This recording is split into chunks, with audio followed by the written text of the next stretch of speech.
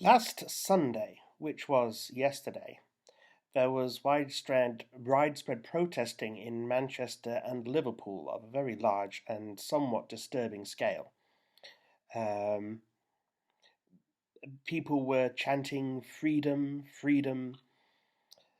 The fact of the matter is that the narrative is changing, but it's no longer about tinfoil hat wearing, hoax theory believing idiots, but people who simply are, to some degree, embracing the old war cry, give us freedom or give us death.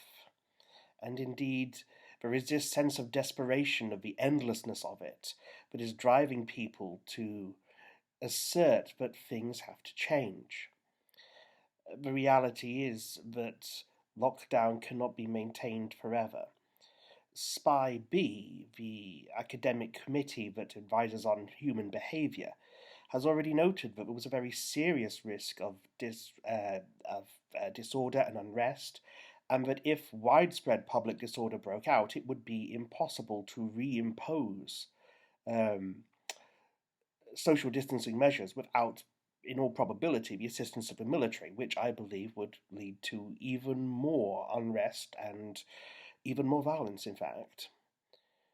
When we talk about, oh, we need to lock down, the assumption is that we just can keep doing it as long as needed.